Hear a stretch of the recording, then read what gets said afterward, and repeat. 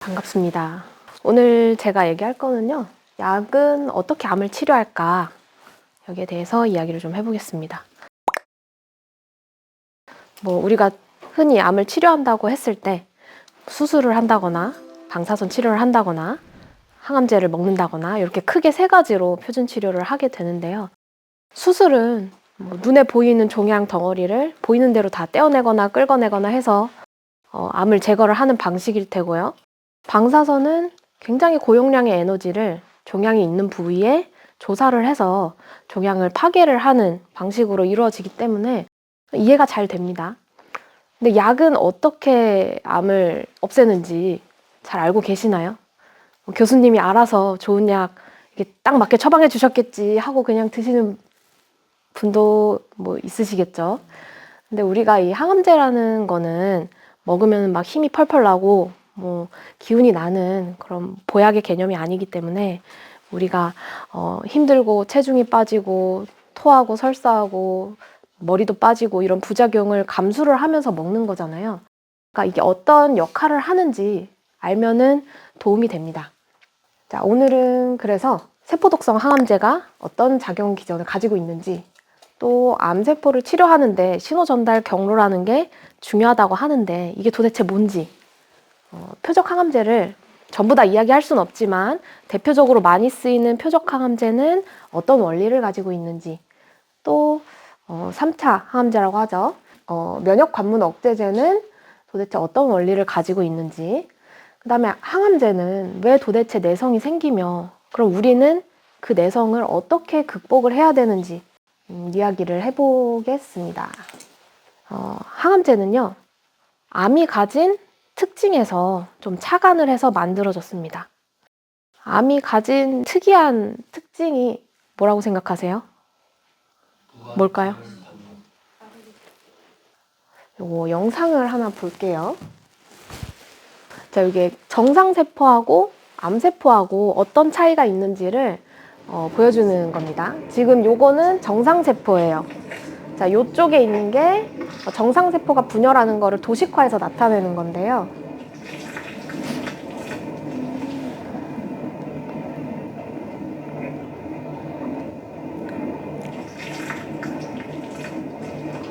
자, 예쁘게 나눠지고 있죠.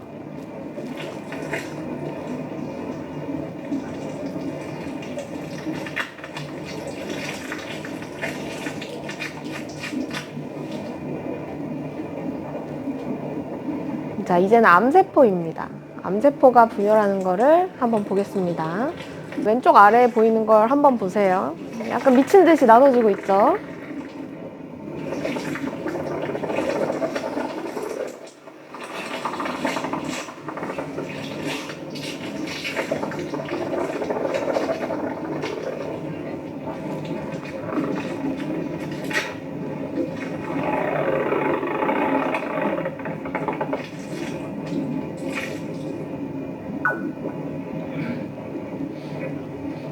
요거는 날짜별로 여기에 있는 정상세포와 여기에 있는 암세포가 어떻게 차이가 있는지를 좀 보는 겁니다.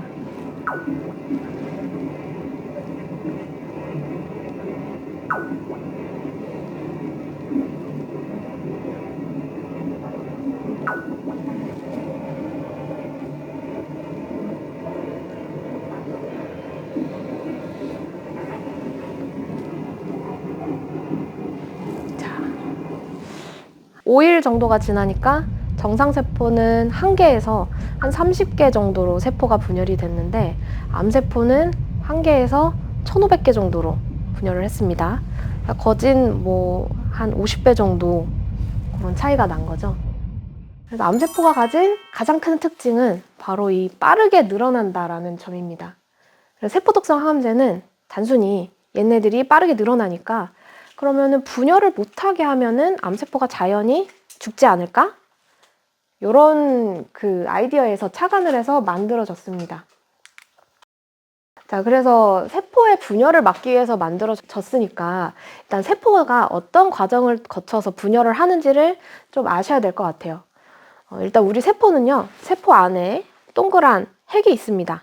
이 핵 안에는 DNA라고 하는 게 있는데요. 가장 먼저는 이 DNA가 2배로 복제가 되어야 됩니다. 그 다음에 복제된 DNA가 다시 염색체로 뭉쳐져서 가운데에 늘어서 있다가 양옆으로 나눠지는 과정이 필요합니다. 양옆으로 나눠져야지만 가운데가 안쪽으로 쏙 하고 파고들면서 2개의 세포로 나눠지게 되는 거예요. 그래서 세포 독성 항암제 같은 경우에는 이 세포 분열 과정 하나하나를 차단하는 작용을 가지고 있습니다.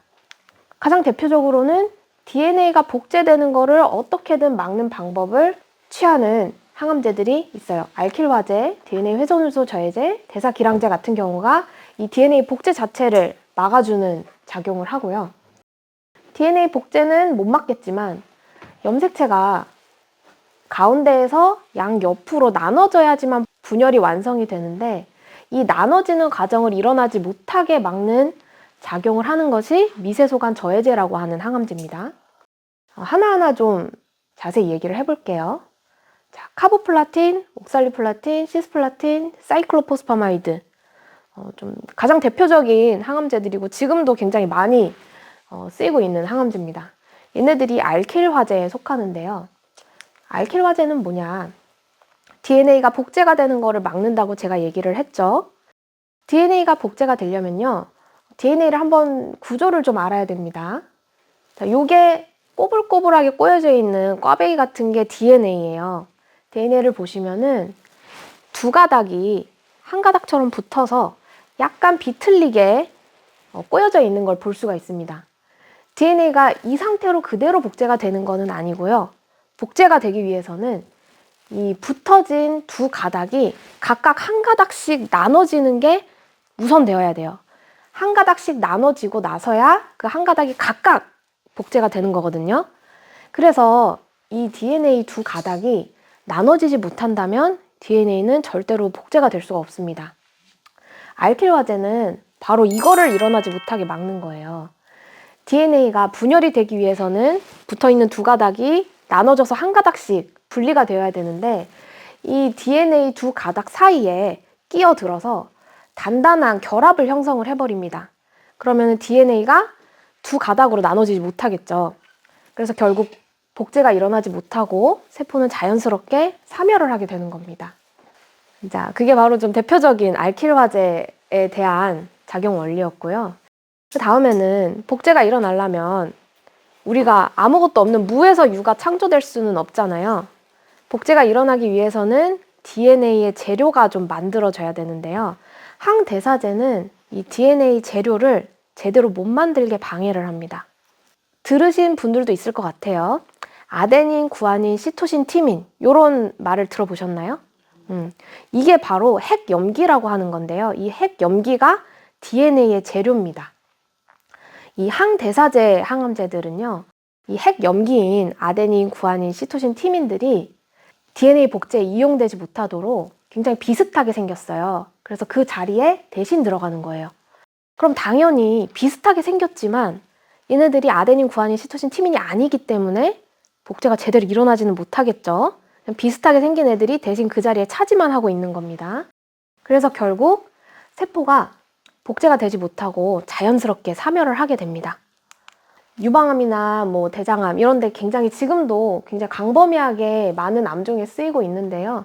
플로로우라실이나 카페시타빈, 그다음에 젬시타빈, 메토트렉세이트, 젤로다나, 젬자, 젬탄 이런 이름으로 좀 더 알고 계시는 분들도 있을 거예요. 이런 약들이 다 항대사제에 속합니다. 세균을 죽이기 위해서 만들어진 항생제들이 좀 있어요. 그 항생제들 중에서도 좀 보다 보니까 얘네들은 암세포도 같이 죽이는 기능을 하는 거예요. 그래서 우리가 처음에는 항생제로 시작을 했지만 항암의 효과도 있어서 항암제로 쓰이는 약물들이 있습니다. 그거를 우리가 항암 항생제라고 이야기를 해요. 독소루비신, 다우노루비신, 블레오마이신, 에피루비신 이런 약들이 다 항암 항생제에 속합니다. 이 항암 항생제는요. 암을 죽이는 작용 기전이 회전효소 억제제라고 이야기하는 항암제와 굉장히 똑같은 작용 방식을 가지고 있습니다. 그래서 이 2개는 좀 한 번에 묶어서 설명을 해볼게요. 아까도 이야기를 했지만 이 DNA라는 것이 두 가닥이 평행하게 있는 게 아니라 조금씩 꼬여져 있어요. 근데 이 꼬여진 정도도 굉장히 엄밀하게 얼만큼 꼬여 있는지가 딱 정해져 있거든요. 그렇기 때문에 얘네들이 지나치게 꼬이거나 아니면은 덜 꼬이거나 하게 되면은 DNA는 자기의 역할을 하지 못하게 됩니다. 그래서 우리 몸에는 얘네들이 딱 요만큼만 꼬이게끔 만들어주는 효소들이 있어요. 그 효소들이 제대로 작용을 하지 못한다면 DNA가 아주 실타래처럼 막 꼬여져 버리겠죠. 그러면 제대로 된 작용을 하지 못해서 세포가 결국 사멸을 하게 되는 겁니다. DNA가 딱 적당하게만 꼬이게끔 만들어주는 그런 효소를 우리가 토포 아이소머레이즈라고 이야기를 하는데요. DNA 회전 효소라고 우리말로는 이야기를 합니다. 그래서 이 회전 효소를 제대로 작용하지 못하게 막아준다라고 해서 회전 효소 억제제라고 하는 게 바로 이 이리노테칸이라고 하는 항암제고요. 항암 항생제 같은 경우도 회전 효소 억제제와 똑같은 방법으로 작용을 합니다. 그러니까 DNA를 굉장히 엉클어 버리는 거죠. 좀 내용이 좀 어려우신가요? 괜찮으시죠? 세포독성 항암제 중에서도 마지막 종류입니다. 눈에 익은 이름들이 많이 보이시죠? 혹시 이 나무가 무슨 나무인지 아시나요? 주목나무. 요건 무슨 나무인지 아시나요? 협죽도라고 하는 그 식물인데요. 주목나무와 이 협죽도라고 하는 식물의 일종에서 추출을 한 항암제가 바로 미세소간 저해제입니다. 식물 추출물이에요. 우리가 옛날에 뭐 주목나무 잘못 만지거나 열매 잘못 먹으면 죽는다 뭐 이런 얘기도 들어보셨나요? 저는 그런 얘기 되게 많이 듣고 자랐거든요. 이 주목나무가 뭐 잎, 열매, 나무 껍질, 뭐 전체 나무를 통틀어서 굉장히 강한 독성을 가지고 있어요. 그 중에서도 이 나무 껍질에서 추출한 굉장히 강한 독성을 가진 성분이 탁솔이라고 하는 성분입니다. 이 탁솔을 이용해서 만든 것이 도세탁셀, 파클리탁셀 같은 탁셀 계열 항암제예요. 자, 이 협죽도 나무에서는요, 빈카 알칼로이드라고 하는 성분이 있는데요. 이 성분이 바로 빈블라스틴이나 빈크리스틴이라는 항암제로 개발이 되어 있습니다. 옛날에는 이거를 다 식물에서 뽑아서 만들었는데 요즘에는 기술이 발달해서 이거를 합성하는 방법을 개발을 해서 합성을 해서 만들고 있다고 합니다. 얘네들은 어떻게 암을 좀 공격을 하냐? 복제된 DNA가 염색체 형태로 다시 꼬여져서 세포 가운데 이렇게 쭉 나열을 하게 되거든요. 세포가 분리가 되려면은 이 양옆으로 나눠지는 과정이 필요하다고 제가 앞에서 이야기를 했어요. 그럼 얘네들이 혼자서 그냥 막 걸어서 양옆으로 가는 거는 절대 아니고요. 얘네들을 끌어당겨주는 다른 매개체들이 필요합니다. 약간 낚싯줄처럼 이 가운데 늘어선 염색체를 탁 낚아채서 양옆으로 끌어내는 역할을 하는 게 바로 이 미세소간이라고 하는 물질입니다. 이 미세소간이 자기의 역할을 하지 못하게 되면은요, 염색체가 양옆으로 끌려갈 수가 없게 돼서 그냥 세포 가운데에 나란히 뭉쳐진 형태로 있다가 결국 세포는 죽게 되거든요. 주목나무에서 추출한 탁솔이라는 계열의 항암제는요, 이 미세소간을 굉장히 딱딱하게 만듭니다. 딱딱하게 만들면 얘들이 탄력 있게 촥 하고 낚아채야 되는데 그 기능을 못 하겠죠. 그래서 세포가 죽게 되는 겁니다. 반면에 빈카 알칼로이드 계열, 빈크리스틴, 빈블라스틴 같은 항암제들은 이 미세소간을 산산조각을 내요. 그러면 당연히 또 이 가운데 늘어선 염색체가 양옆으로 이동을 하지 못하게 되겠죠. 그런 방식으로 암세포를 공격하는 게 이 미세소간 저해제가 하는 기능입니다. 자, 그래서 한번 다시 정리를 좀 해볼게요.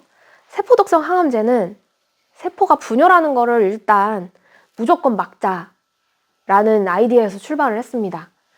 DNA가 복제가 되기 위해서는 이중 가닥이 나눠져야 되는데 이 나눠지는 걸 방해하는 게 카보플라틴이나 옥살리플라틴, 사이클로포스파마이드 같은 알킬 화제의 역할이고요. DNA가 복제가 되려면 재료가 우선 마련이 되어야 되는데 그 재료를 망가뜨리는 게 젬시타빈, 젬자젬탄 같은 항대사제입니다. 그 다음에 DNA는 복제가 되어서 딱 적당한 만큼만 꼬여져야지 되는데 지나치게 꼬이게 만들어서 파괴를 시키는 것이 항암항생제, 회전효소 억제제라고 하는 뭐 이리노테칸, 독소루비신, 다오노루비신 같은 것들이 여기에 해당을 합니다. 그 다음에 일단 복제된 DNA와 염색체가 두 개의 세포가 되기 위해서는 양옆으로 이동하는 과정이 반드시 필요해요. 이 이동하는 거는 미세소관이라고 하는 기능을 가진 애들이 하는데, 이 미세소관을 파괴를 하는 방식으로 작용을 하는 게 미세소관 저해제가 하는 역할입니다. 자, 그림으로 보자면은 이렇게 볼 수가 있어요. 이 DNA 구조 사이에 끼어드는 것이 알킬화제, 아데닌, 구아닌, 시토신이라고 하는 핵염기, DNA의 재료를 만들지 못하게 하는 것이 항대사제, 그 다음에 DNA를 너무 엉클어뜨리거나 확 꼬이게 만드는 것이 항암항생제, 뭐 회선효소 억제제, 미세소관을 망가뜨리는 것이 미세소관 저해제의 역할이라고 이야기를 할 수 있습니다. 자, 근데 우리가 이 세포독성 항암제를 쓰다 보니까 너무 힘들어요. 세포 분열은 암세포가 제일 많이 하긴 하지만 우리 몸의 정상세포들도 다 하는 과정이거든요. 얼마나 빠르게 하냐, 좀 천천히 하냐, 이런 차이는 있을지언정 분열을 안 하는 세포는 없어요. 그렇기 때문에 항암하는 과정이 누적이 될수록 몸에 가는 피해는 점점 커지게 됩니다.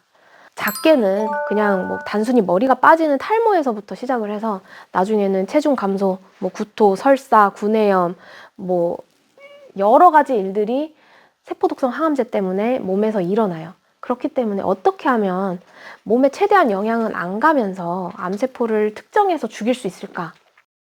보니까 암세포가 가진 또 하나의 특징은 정상세포랑 좀 다르다는 겁니다. 그래서 이 다른 거를 최대한 공격할 수 있도록 만들어진 게 표적항암제예요. 이 표적항암제는 공격하는 방식이 보통 신호전달 경로를 막는 형태로 이루어지거든요. 그래서 신호전달 경로가 뭔지를 좀 아시는 게 필요합니다. 우리가 식당에 들어가면요, 가만히 앉아 있는다고 음식이 나오지는 않죠. 식당에 들어가면은 음식을 먹으려면 종업원한테 음식을 주문을 해야 됩니다.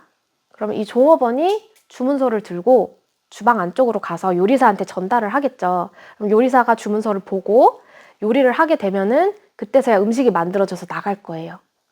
주문 안 하고 가만히 앉아 있으면 주방 안쪽에 있는 요리사는 밖에 손님이 왔는지, 뭐 음식을 1개 시켰는지 2개 시켰는지 알 방법이 없죠.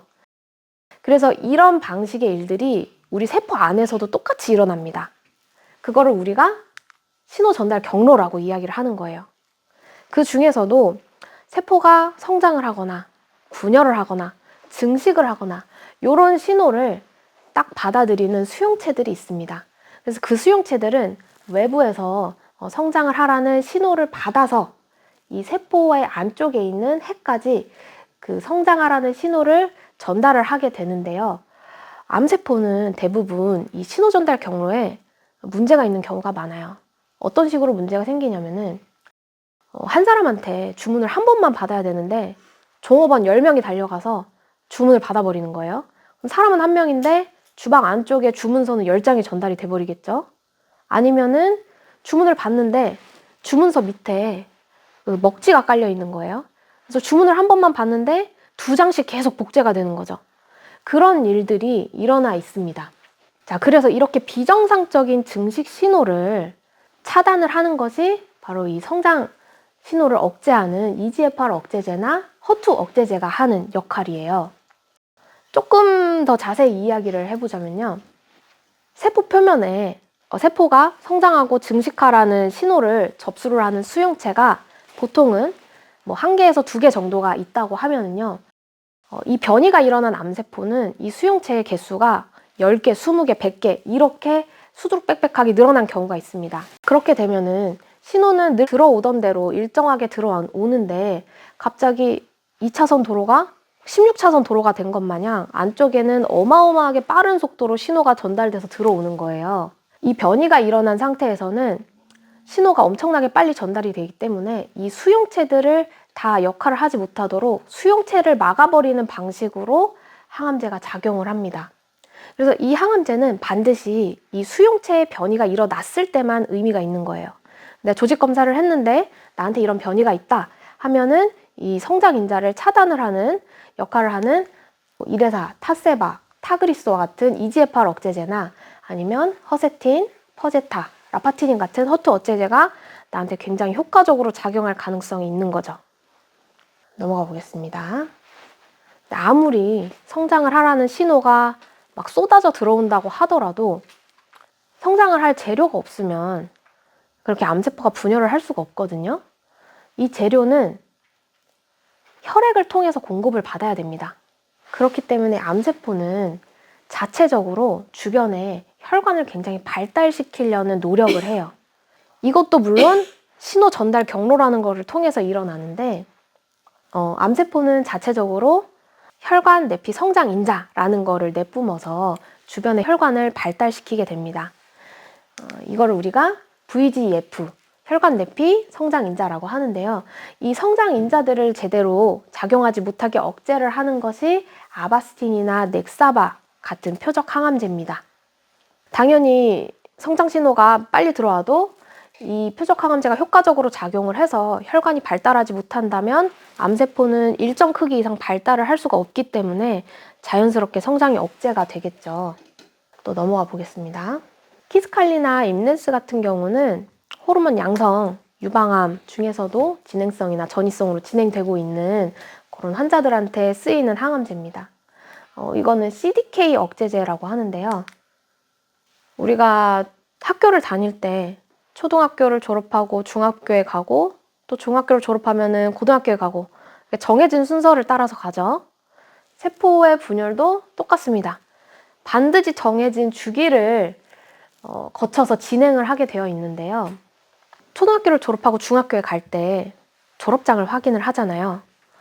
세포의 분열을 할 때도 똑같이 그 다음 주기로 넘어가기 위해서는 준비가 잘 되었는지 체크를 하는 감독관들이 있습니다. 이 감독관들이 CDK 단백질이라고 하는 녀석들이에요.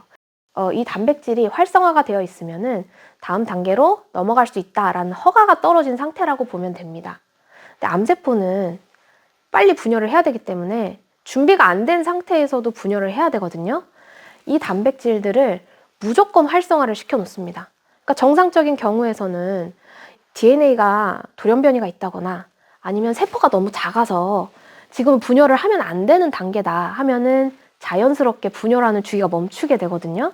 근데 이 단백질들이 뭐 그런 상황 따지지 않고 무조건 활성화가 되어 있으면은 준비가 안 됐는데도 그 다음 단계로 쭉쭉쭉쭉 넘어가면서 세포가 그냥 뭐 가속 페달 풀악셀 밟은 것 마냥 분열 증식하는 과정에 빠지는 거예요. 그래서 이 CDK 단백질들의 활성을 끄는 작용을 하는 것이 바로 이 CDK 억제제입니다. 다시 한번 정리를 좀 해볼게요. 암세포가 가진 가장 큰 특징은 빠르게 증식한다는 거고요. 그 빠르게 증식하는 걸 무조건 못하게 하자라는 거에서 착안을 한 게 세포 독성 항암제입니다. 왜 빠르게 증식을 할까 보니까 증식을 하는 신호가 망가진 게 많았다. 수용체들이 과도하게 활성화되어 있다거나 그래서 그 증식 신호를 막자라고 한 게 EGFR이나 허투 표적 항암제입니다. 증식 신호가 많아도 증식을 할 수 있는 환경이 마련되지 않으면 증식을 못 할 건데 그 환경은 주변의 혈관 발달을 막으면 되겠다. 거기서 착안을 한 게 혈관 발달을 억제하는 VGF 표적 항암제입니다. 그 다음에 세포가 정상적으로 분열이 가능하면 암세포가 이렇게 준비되지 않은 돌연변이가 일어난 상태에서 분열되는 게 억제가 될 텐데 그 과정이 잘못되어 있다. CDK라는 조절 단백질이 망가져 있다. 그거를 막아보자라고 하는 게 CDK 억제제입니다. 전이성 난소암에 많이 쓰이는 림파자, 파프 억제제라고 하는 항암제죠. 저희 병원에서도 복용하고 계신 분들이 있습니다. 암세포가 가진 가장 큰 특징 중에 하나는 돌연변이에서 시작했다는 거예요. 우리 몸의 모든 세포들은 이 돌연변이를 자체적으로 복구를 하려는 시스템을 가지고 있거든요. 그래서 정상적인 경우에는 DNA 돌연변이가 일어나도 자체적으로 수리를 잘 합니다. 그 수리를 하는 대표적인 유전자가 브라카라고 하는 유전자예요. 브라카라고 하는 거는 좀 들어보셨죠? 이 브라카라고 하는 유전자는 DNA가 두 가닥이 있잖아요. 두 가닥을 한 번에, 두 가닥씩을 한 번에 고치는 역할을 하는 게 브라카 유전자고요. 우리는 항상 얘가 무슨 일이 생길 수도 있으니까 또 보조적으로 받쳐주는 애가 또 존재를 합니다. 그게 바로 파프라고 하는 효소예요.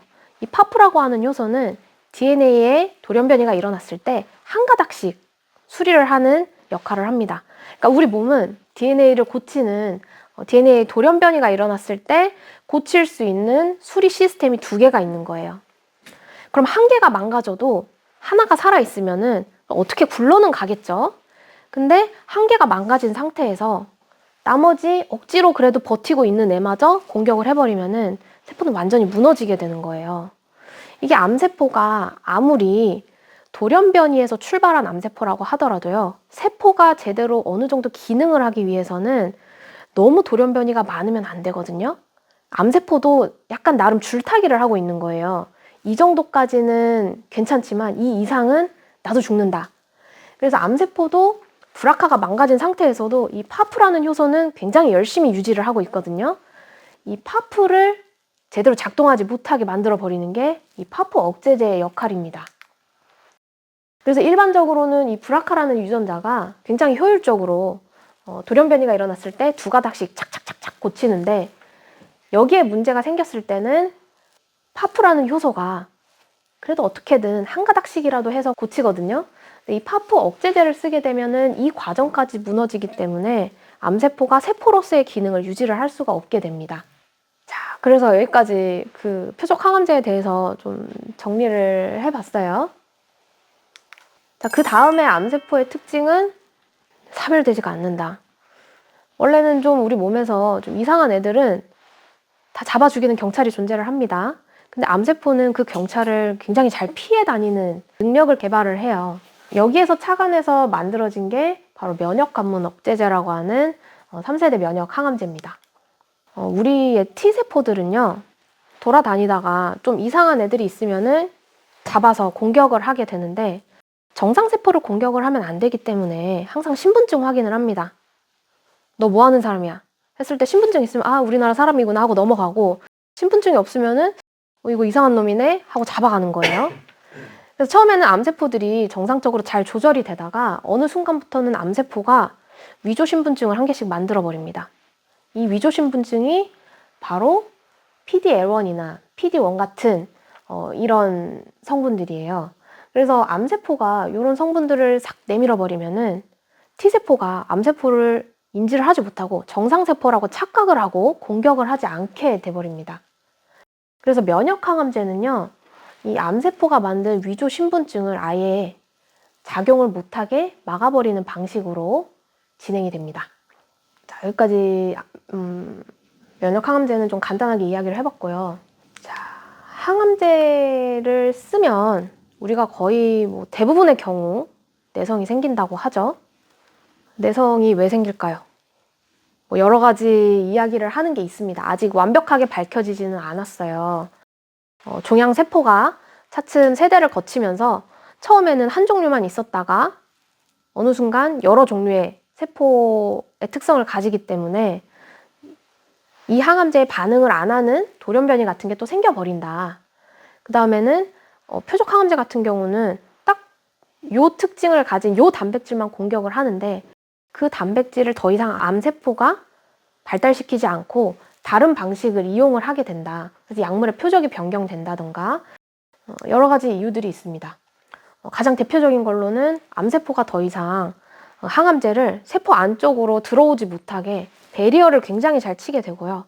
또 이미 들어온 약물도 밖으로 빠져나갈 수 있게 빠져나가는 배출 통로를 마구 늘려버리는 약물의 유출과 유입을 조절하는 이런 방식이 생깁니다. 그리고 DNA의 손상을 처음에는 파프라는 효소를 이용해서 조절을 했는데 그거를 못하게 된다면 다른 방법을 통해서 DNA의 손상을 얘네들이 나름대로 복구하는 시스템을 갖추게 된다던가, 암세포가 항암제를 쓰면 쓸수록 변화를 하는 게 나타나는 거예요. 자, 표적 항암제를 예를 들어서 보면요, 표적 항암제가 세포의 성장이나 분열, 증식 이런 거를 신호 전달 경로를 통해서 일어나게 한다라고 얘기를 했는데, 사실 요거는 신호 전달 경로 중에서도 아주 일부분이거든요. 우리가 일부분 중에서도 요거 하나 요런 거를 조절을 하는 겁니다. 여기까지 가면은 일단 다 성장, 분열, 증식이 일어나게 되어 있다고 치면, 요거 하나를 막았을 때 암세포가 더 이상 이 수용체를 이용하지 않고 다른 걸로 바꾸는 거는 굉장히 쉬운 일이거든요. 이렇게 해서 표적항암제는 상대적으로 굉장히 내성이 빨리 생기게 돼요. 면역항암제도 비슷합니다. 면역항암제가 내미는 위조신분증이 종류가 굉장히 많아요. 근데 현재 개발된 항암제들은 요거 한 3가지 정도만 막을 수가 있습니다. 여기에서 막혀서 잘 안 되면 요걸로 바꾸면 되는 거예요, 암세포는. 그렇기 때문에 면역항암제도 내성이 잘 생기게 됩니다. 내성을 극복을 하기 위해서 현재 우리는 어떤 걸 하고 있느냐? 한 번에 여러 종류의 약들을 쓰는 거예요. 여러 종류의 약들을 쓰는데 암세포가 한 가지 공격 방식에 대해서는 대응을 굉장히 잘하거든요. 그러니까 여러 가지 공격 방식을 쓰는 거예요. 세포독성 항암제로 예를 들자면 알킬화제와 미세소간 저해제와 그 다음에 회전효소 억제제, 요렇게 3가지 다른 기전을 가진 약물을 한 번에 쓴다던가, 아니면은 대사기량제와 회전효소 억제제, 요거를 한 번에 쓴다던가, 이런 방식으로 서로 다른 기전을 가진 약물을 쓰는 방식을 지금 굉장히 잘 하고 있습니다. 근데 요거의 단점은 세포독성 항암제를 하나만 썼을 때도 우리 몸에 피해가 만만치가 않은데 한 번에 2종류, 3종류, 4종류까지 쓰게 되면은 피해가 엄청나게 많이 누적이 되는 거예요. 특히나 이런 방식은 전이가 됐거나 아니면 재발을 한 암에 많이 쓰이게 되는데요. 한번 전이가 되고 재발이 됐으면은 일단 기본적으로 원래 쓰던 항암제에는 내성이 생겼다라고 판단을 하기 때문에 그렇습니다.